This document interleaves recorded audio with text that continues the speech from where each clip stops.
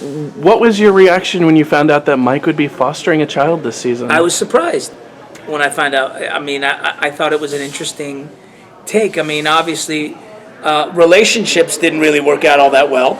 So, you know, in terms of Mike having a purpose, I thought it was an interesting choice.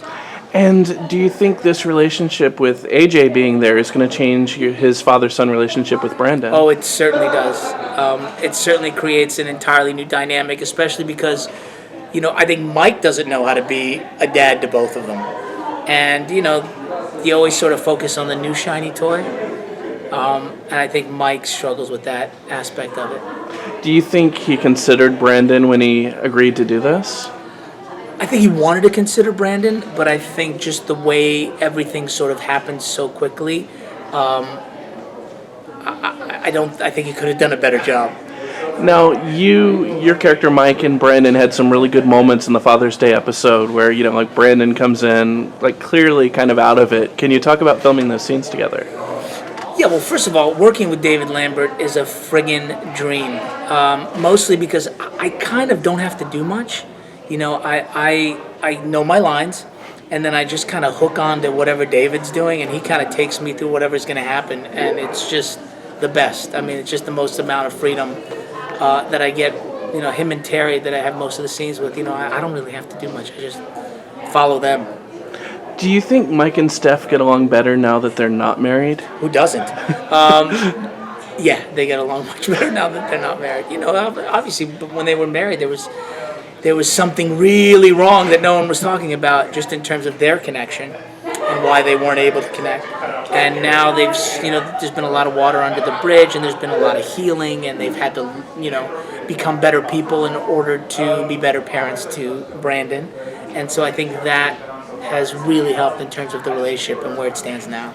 Do you think it makes Mike feel good that he's included in on like family events like the Father's thing? I think that's a conscious thing on Steph's part, and I think it's also something that Mike has, in his own way, certainly not in any kind of manipulative way, but just in terms of being very clear that he'd like to be as much part of the family as possible. I think that's sort of why it's worked out. I think he kind of, I don't want to use the word weasels his way in there, but he makes it really clear that he appreciates all those times and being included. What's it like to be a part of a show like The Fosters, which is very groundbreaking? It's funny.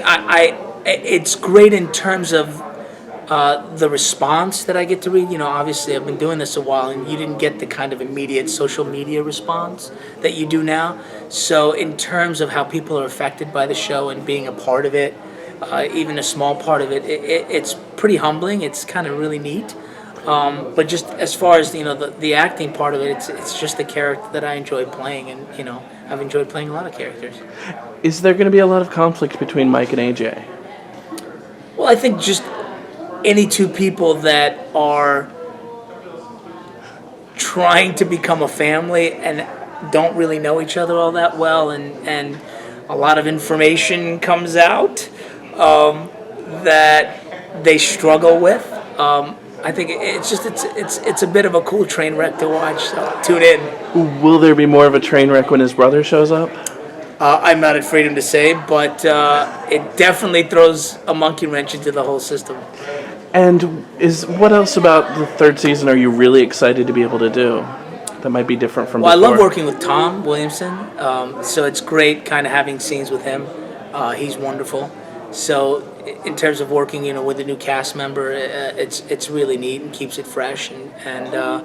And Peter Page has directed one, and he's going to direct another one. And so working with him as a director has been great because he knows it.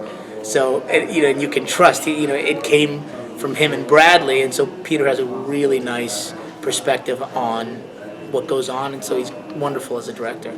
As an actor, is it nice to have that direct communication with the executive producers about your characters and what you'd like to see? It's a dream, because it's such a collaborative process. People forget it's. I mean, I don't know how well it works when it's just a pure dictatorship, but here it's very collaborative. We're able to talk about things and stress our opinions, and what's great about Bradley and Peter and Joanna, when they say, no, I think we'd like it to be this, you kind of go, okay. And so far, they haven't been wrong, so you kind of roll with it and you go, okay, and usually it works out. Is there anyone you haven't gotten to work with much in season 3 that you'd like to I work never with get to more? work with Maya Mitchell, and first of all, I love Maya Mitchell, and we have a great time. And Bailey Madison, we'll have a great time. We crack up. So the two of them, I don't get to work much. So I'd love to have more scenes with them. But I guess character-wise, it doesn't really work that well. But they're just fantastic. And if the Fosters could cross over with any other TV series currently on television, what would you like it to be and why? What do you mean by crossover? Like characters crossing over. Oh, going on to another yeah. show? I'd like to see these people on CSI. I think that would be really interesting. Mariana as a forensic psychologist, I think would be genius. And do you have any final words to say to the fans who are going to be watching this? Tune in. It's not what you expect.